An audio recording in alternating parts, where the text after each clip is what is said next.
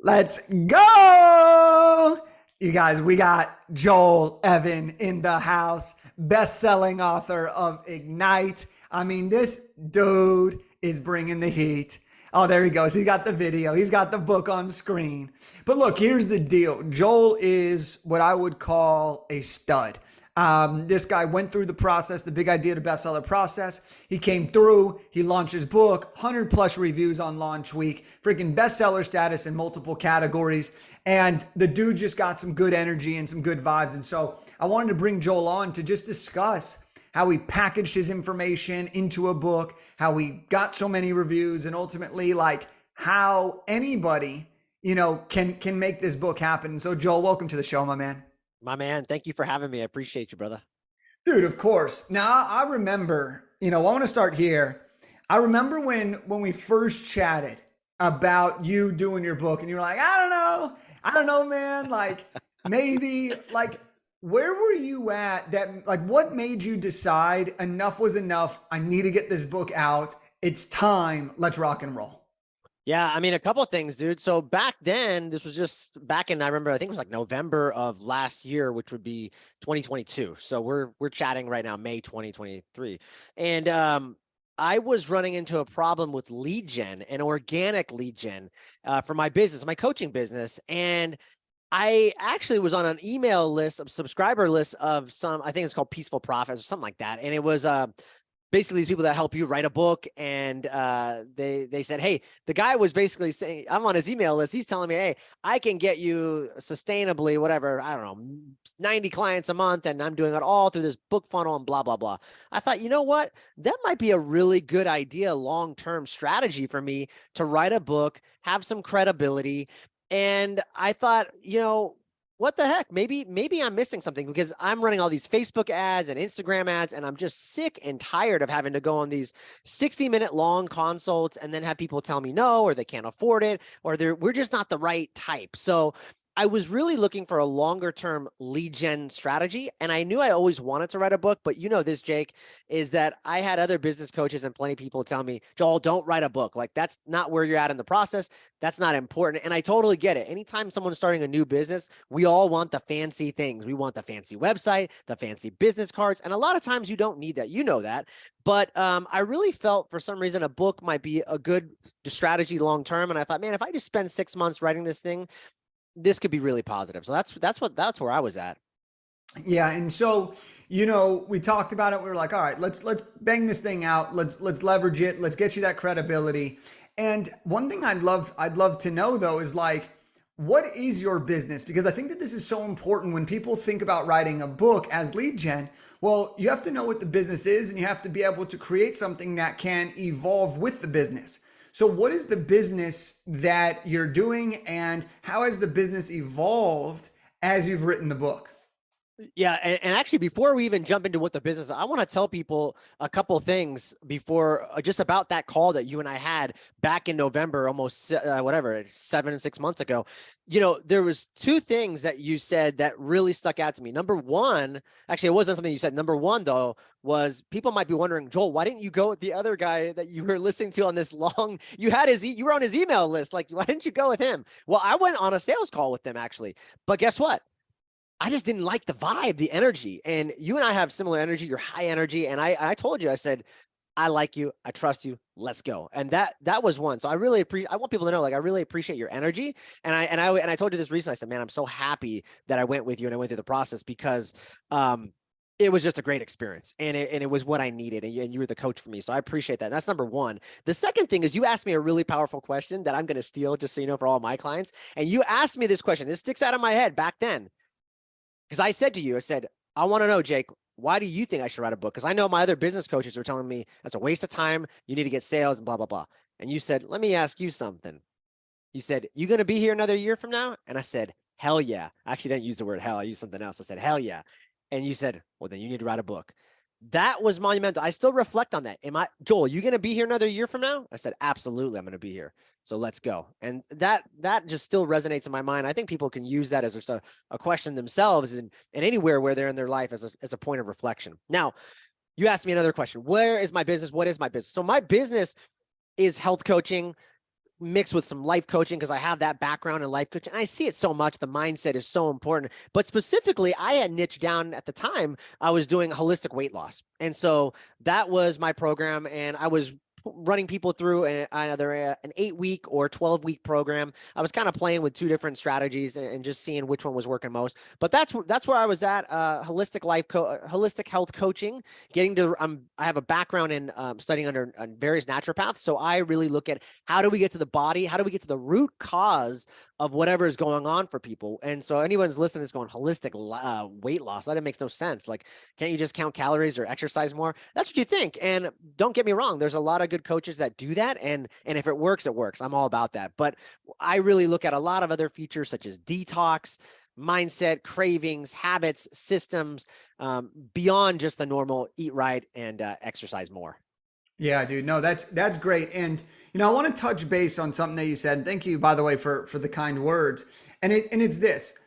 Whenever you're looking to hire somebody, anybody, the biggest thing is that you find the person that will take you to the metaphorical promised land for yourself, right? And like I tell people all the time, there's enough space for every one of us to win.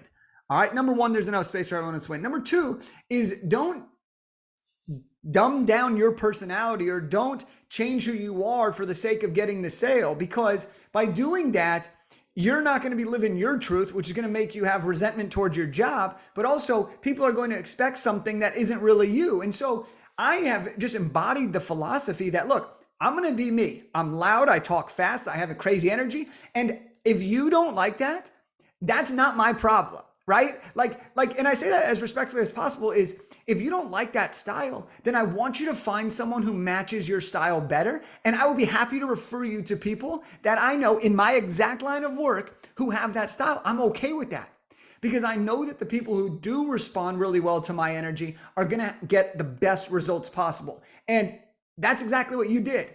You found the right energy. You came to me. 6-7 months after we talk, you got a best-selling book on your hand, 100+ reviews on Amazon, and you now have the tool that can be as much of a lead gen tool as you possibly want, right? So, you know what, really quick, Jake, too, is I remember way back in the day, before I met you and I started my business, I had met this guy who was doing social media, and he's like, "Hey, I'm gonna make your Instagram explode." And I asked him the same thing. I said, I'm not into this buying follower thing. But I said, why should I hire you? What's your point? He goes, "Joel, let me explain something." He goes, "Instagram is the new business card. Instagram's your new business card. That's why I'm valuable." I said, "You know what? That actually makes sense." Well, Jake, I got to tell you something. This is my new business card. This book that I'm holding up is the new business card. I don't need Instagram, so this is beautiful. Yeah, so talk me through this, man, because you went through the process. There were some times where you had strong momentum, and there were some times that momentum kind of teetered, and I know you wrote your book and the holidays were right in the middle of it, and that can always be an interesting time. So you're a mindset, you deal with peak performance. What are some of the strategies that you teach that you actually had to practice to help you as you went through this process? Ooh, that's a powerful question.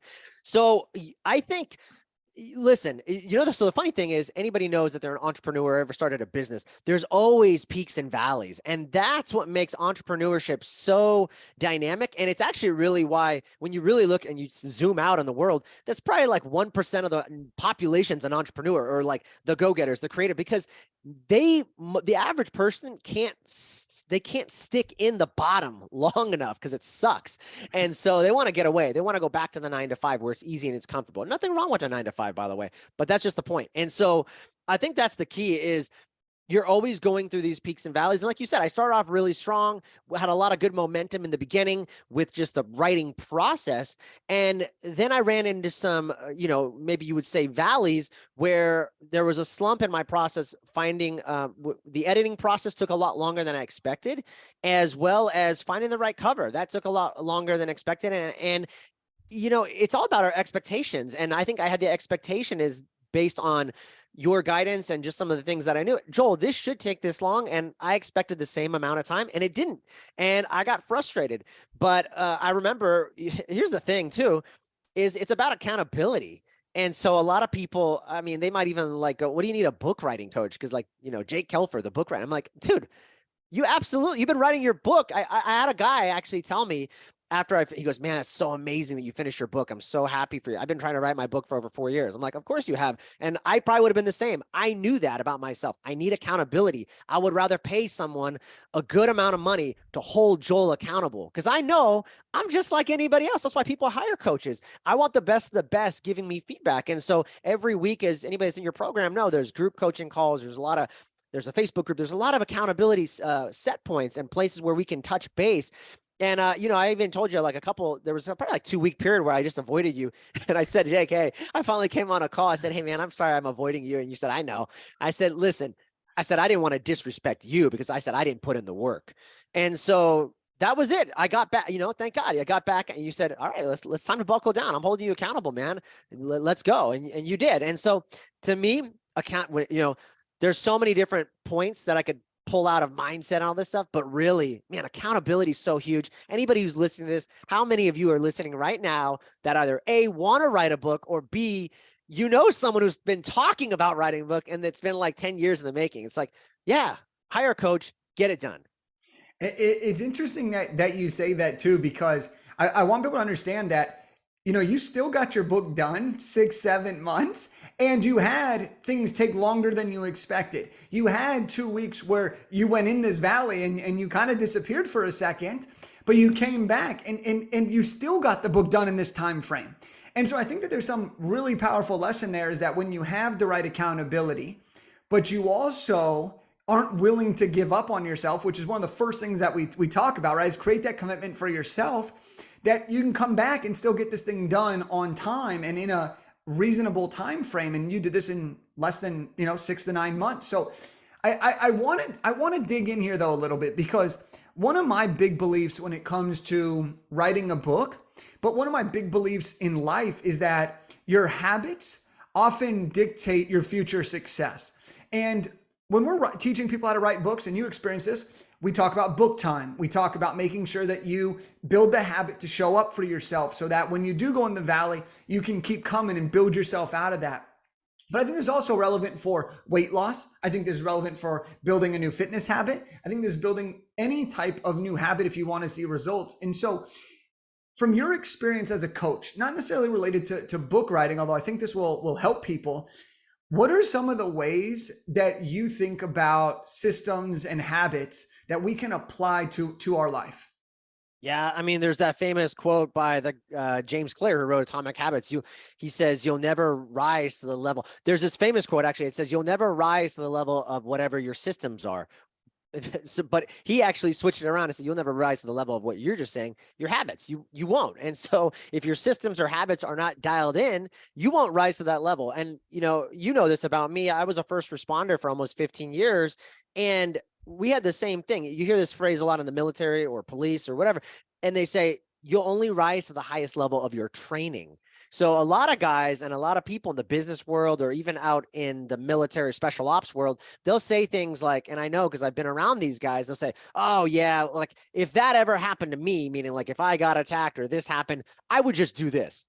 And they're full of crap, Jake. I'm proud to tell you, because I've seen these guys react in training, and they don't. And it's not their fault, because they've never built the mental blueprint or actually done it or practiced it on the field. So how can you just expect to rise to the level? You can't. So really, just going back to what you said, the habits are so crucial. And, I know, so for me here, it's like I said, I had a lot of strong points. So when I first was writing the book, I had the habits dialed in. I knew I was waking up at 4 a.m. every morning.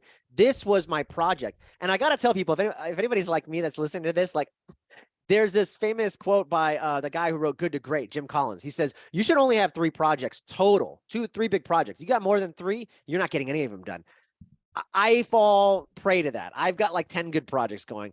And so I was constantly, when I was starting to not get ahead on, when my book writing or whatever was falling behind, or other projects were stealing time from me, there would be times weekly or even monthly when I would do my own reflection of my habits and just see, what am I doing? Where was also my energy feeling like it was getting sucked away? And one of the things on my whiteboard that you can't see here was the book. It said the book's got to get done. The book. And I would look at it, and then there'd be times where I'd be like frustrated. I'm like, it felt like it was draining energy. And I'm like, and then I would ask myself, why is it draining energy? And I would tell myself, because it's not done. I want it to be done. You get to this point, and you know this, where you just want the book to be out. You finish writing it, and now you're like, all right, everybody else just package it, make it look good, and let's go. And I got to that point, but then I reflect and I go, you really want this done, but you're not putting in the effort to get some of these little things that need to get done. And so again, I reflected, reoriented back to where I want to go. What is my North Star? How many projects can I really handle? I knew I could only handle 3. And here's a guy who knows this cognitively, but he's got 10 on his whiteboard. It's ridiculous. So it was really just honing in, getting super hyper focused. And then that again is where I saw this second wave of Joel coming back and really finishing the book and going strong towards the end. Yeah, and speaking of going strong towards the end, your launch was something for the record books, right? And it was a whirlwind of emotions for you. So talk to me about, you're getting ready to launch the book, you click that publish button, it's launch day, right? Like, how did it feel to launch your book, and what kind of happened for you during that launch week? Yeah, absolutely surreal. I sent you a text. I said, holy cow, like I can't believe this. Because when I first started, this was just about lead gen. This was about me helping my business, leveraging it, all that good stuff, like calculating tactical things. But when I held the book in my hand and I was like, holy crap, this is about to happen. This is going to go out to the world. This could change lives. I started like getting flushed with all these emotions. Like, this is insane, man. Like, you're putting out a book. This could like, I mean, this isn't going to be the Bible, but this could really impact people's lives. And I kind of got like emotional because and then I sent thank you, because I said, thank you. Thanks you for pushing me to do this, because I realized this book means so much more than me and lead gen. It's beyond that. This is like a legacy, man. I have 2 kids. My kids get to see this.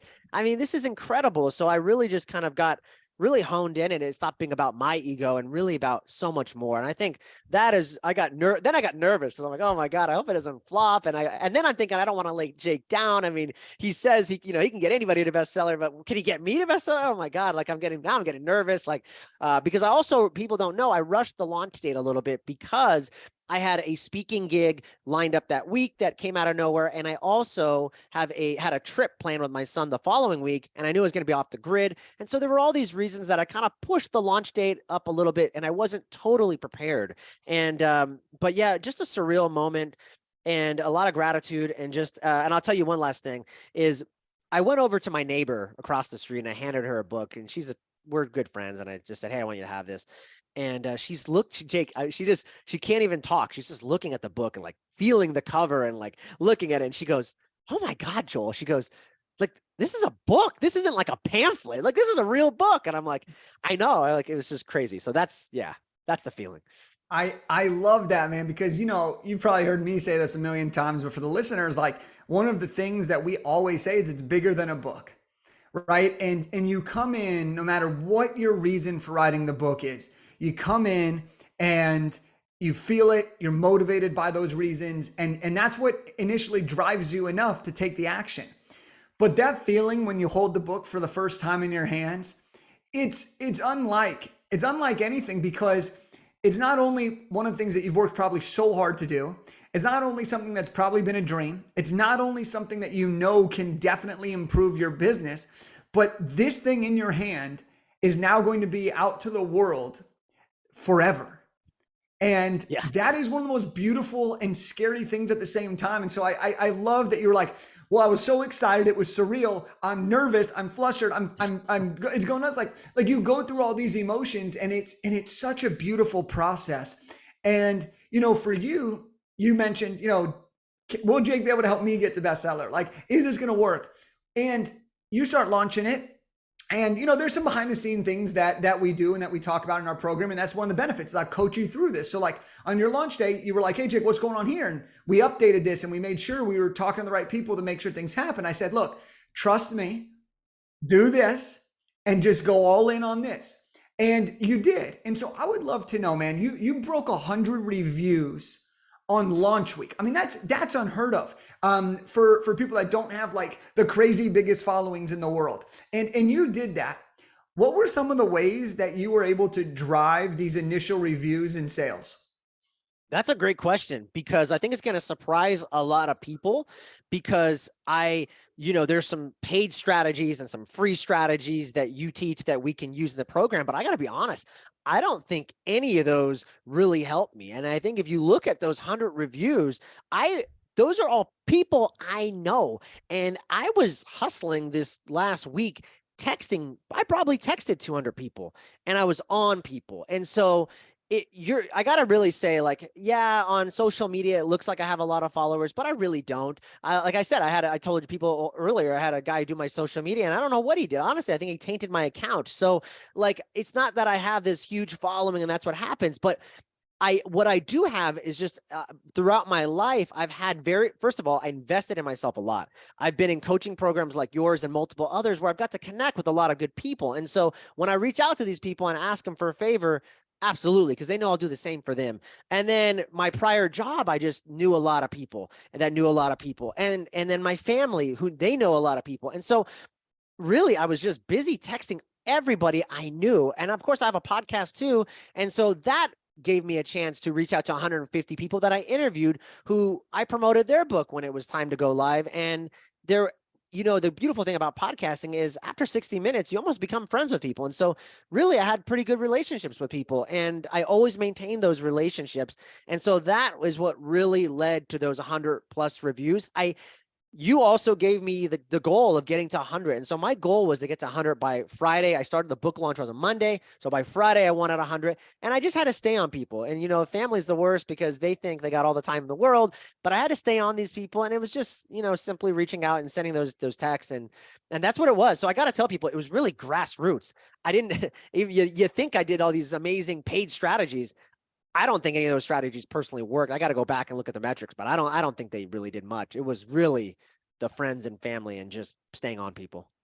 Yeah, it's something that's really important to recognize with this, man, because you put in the work there. And I think that people hope that all of a sudden, one of the things that people always say is like, I want to go to a publisher, I want to work with someone because I want them to market my book for me. And that's one of the biggest challenges of the book space. Is the truth is, no matter what type of publishing you have, whether it's self, hybrid, professional, traditional, you still have to market your own book. And when somebody releases their book, what I always tell them is that people, and you probably experienced this, people come out of the woodwork to support you, right? You have people that you haven't talked to in a while that are like, holy shit. You have your neighbor who's like, this isn't a pamphlet, this is a real book. And then you have people that are in your closer circle. You have acquaintances, you have people that you've talked to and haven't talked to in like 5 years. They will all want to support you. And so one of the best strategies that we always tell every one of our authors is grassroots will be the reason to bring in the green early on, right? Like, yep. This is the critical part, because you need that initial momentum.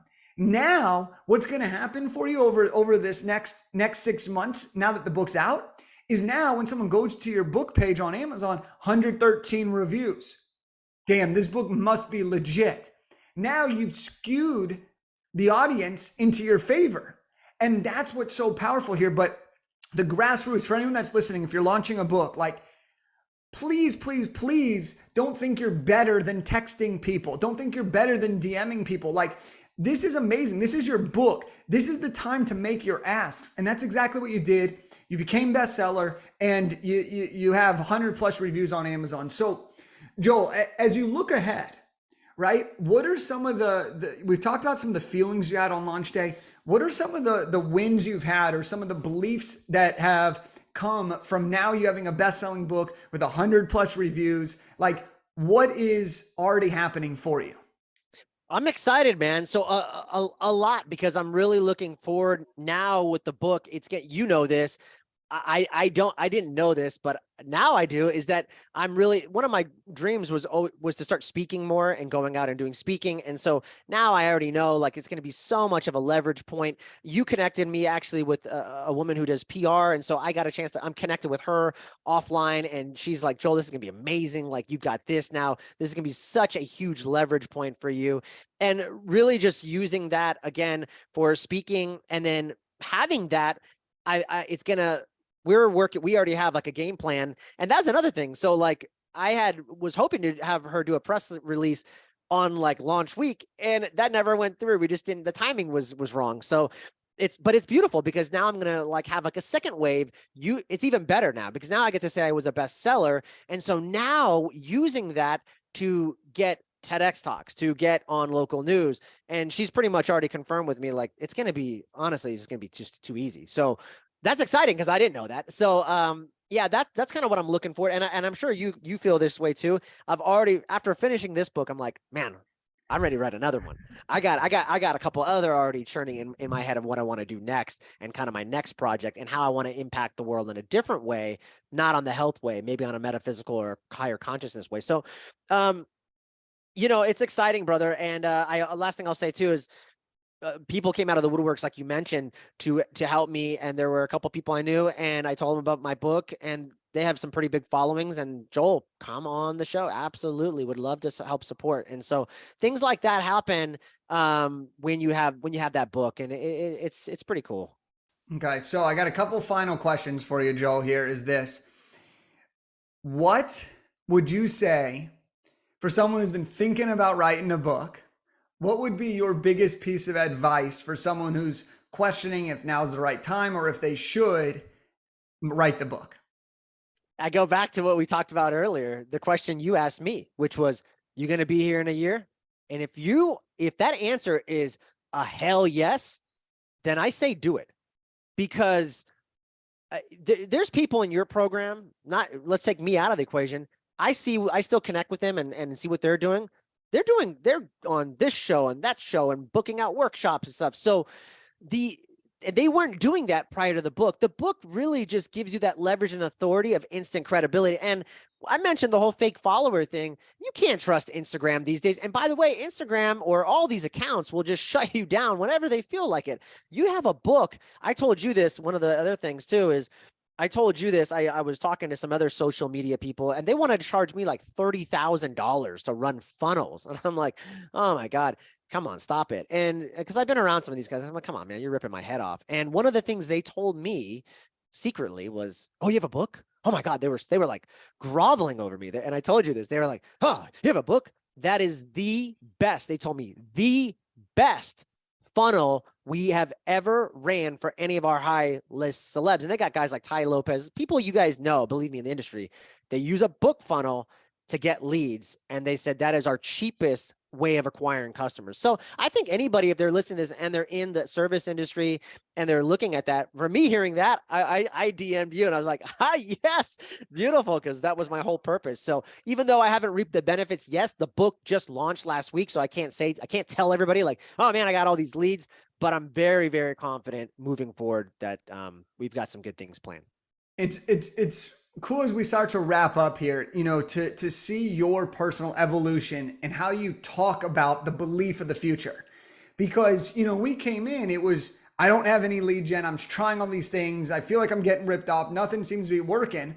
And now you're coming out here being like, there's no way leads aren't just going to funnel in. There's no way that people that are inviting me on their shows aren't coming in. I have something that is worth getting an email address for. I have something now that I feel proud of, that I'm excited for, to be able to leverage it. And you're doing that already, man, from your neighbor, from the friends who are like, come on the show, from the belief in working with someone on the PR side. Like, you have now the tool, right? And you're already seeing the belief, the confidence, the ability, the know-how, the attraction, all of that's already taking place, right? And you're doing it. And so, your book is titled Ignite. And so if there was anybody listening, okay, and you wanted to tell them how to ignite their life, nothing related to the book process, and you just wanted to help them ignite, create that spark, do something bigger than they're doing now, because you can fire people up, what would you want to express to them to ignite their life? Ooh, that's a good one.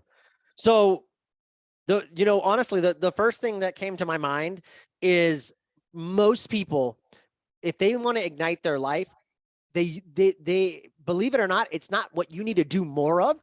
You actually just need to get out of your own way. You're probably interfering with your life. Most of us are destined for some greatness.